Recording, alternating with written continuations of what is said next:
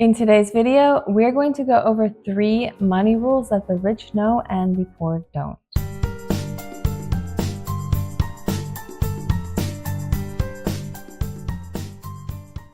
Hi everyone, my name is Helen. Welcome to my channel. In today's video, we're going to be going over 3 money rules that the rich know and the poor don't. So if you like videos like this, please remember to like and subscribe since it helps the channel to grow. The first rule that you need to keep in mind when it comes to the wealthy is that they choose their friends wisely. Now, there is a saying that you choose your friends, and that is very much true. When it comes to your friendships, your relationships, the people that you bring into your life on a regular basis, you want to choose those individuals wisely.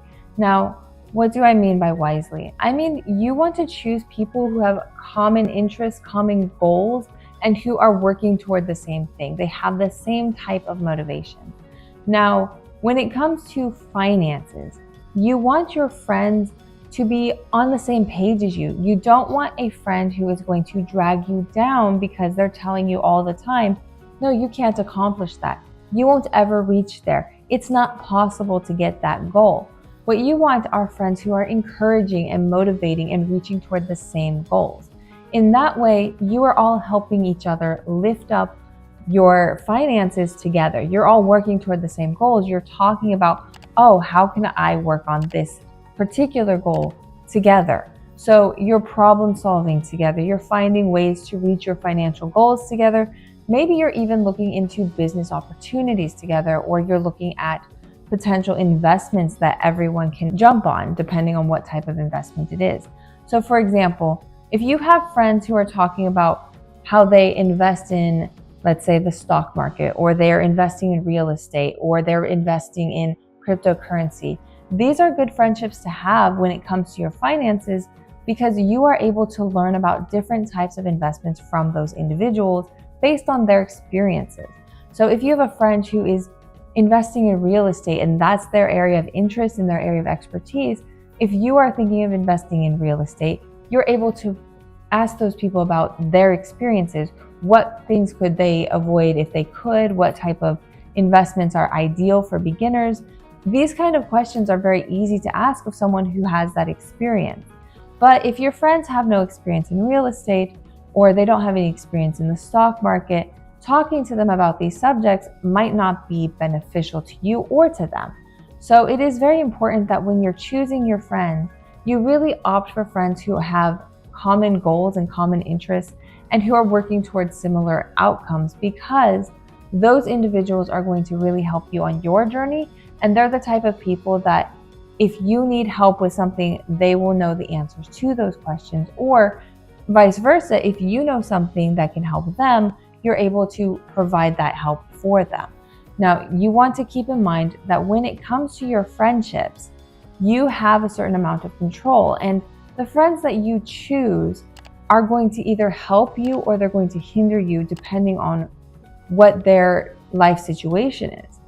You don't want to find yourself in a situation where all of the friends that you have are discouraging you or telling you that something is not possible just because in their personal experience they think it's not.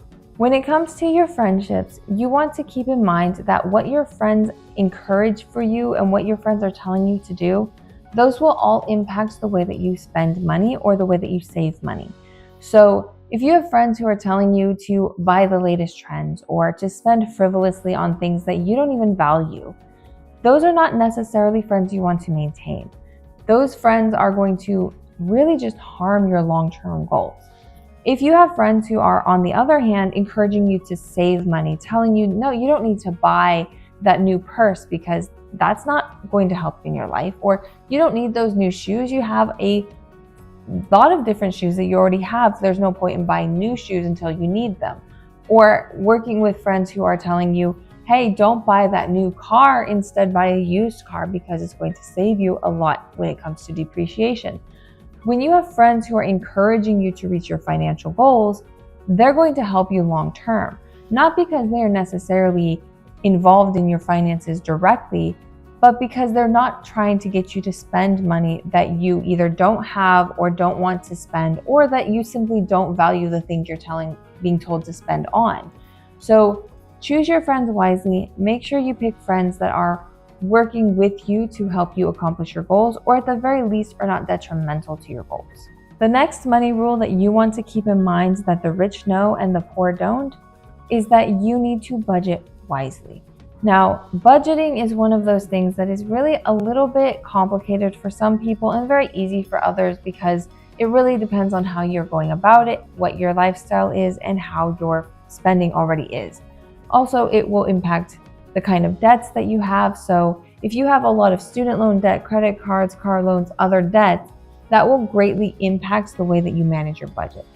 When it comes to the wealthy, they have a tendency to live well below their means. That means that whatever amount of money that they're making on a monthly basis, they are spending far less of that money when compared to their expenses.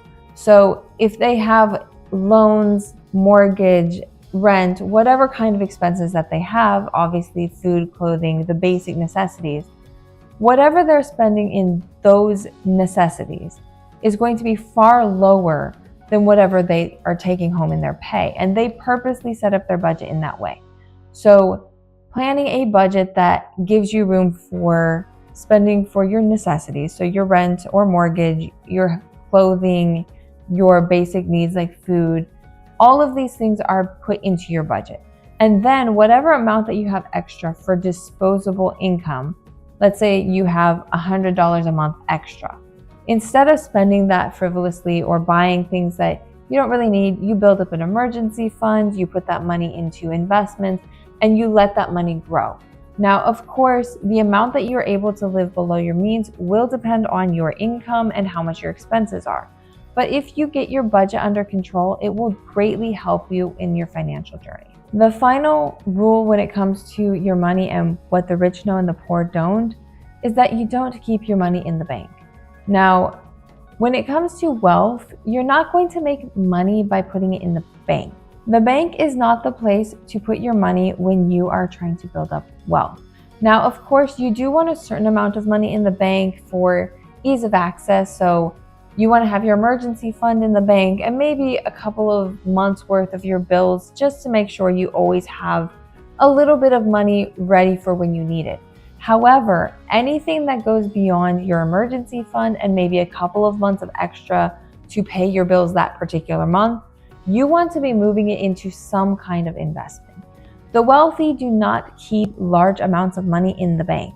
In fact, that is a rather foolish thing to do, because the bank does not give you anywhere near enough interest to make up for whatever losses you would have if you don't invest in other areas.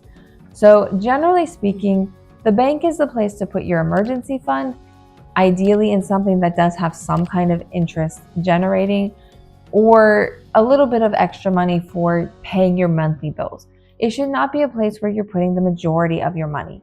The majority of your money, when you are wealthy, should be going into some kind of an investment. So whether you want to invest in real estate, or you're thinking about investing in equities, or maybe you're thinking about investing in cryptocurrency, it really doesn't matter where you're planning to invest. You want to put more of your money into whatever you're planning to invest in, ideally a portfolio that is well diversified, rather than putting your money in the bank. The bank is not going to generate any kind of income for you. And in fact, the goal of the bank is to make money for the bank. So they take your money, they lend it out to other people, and they generate interest on that money from the loans that they've given.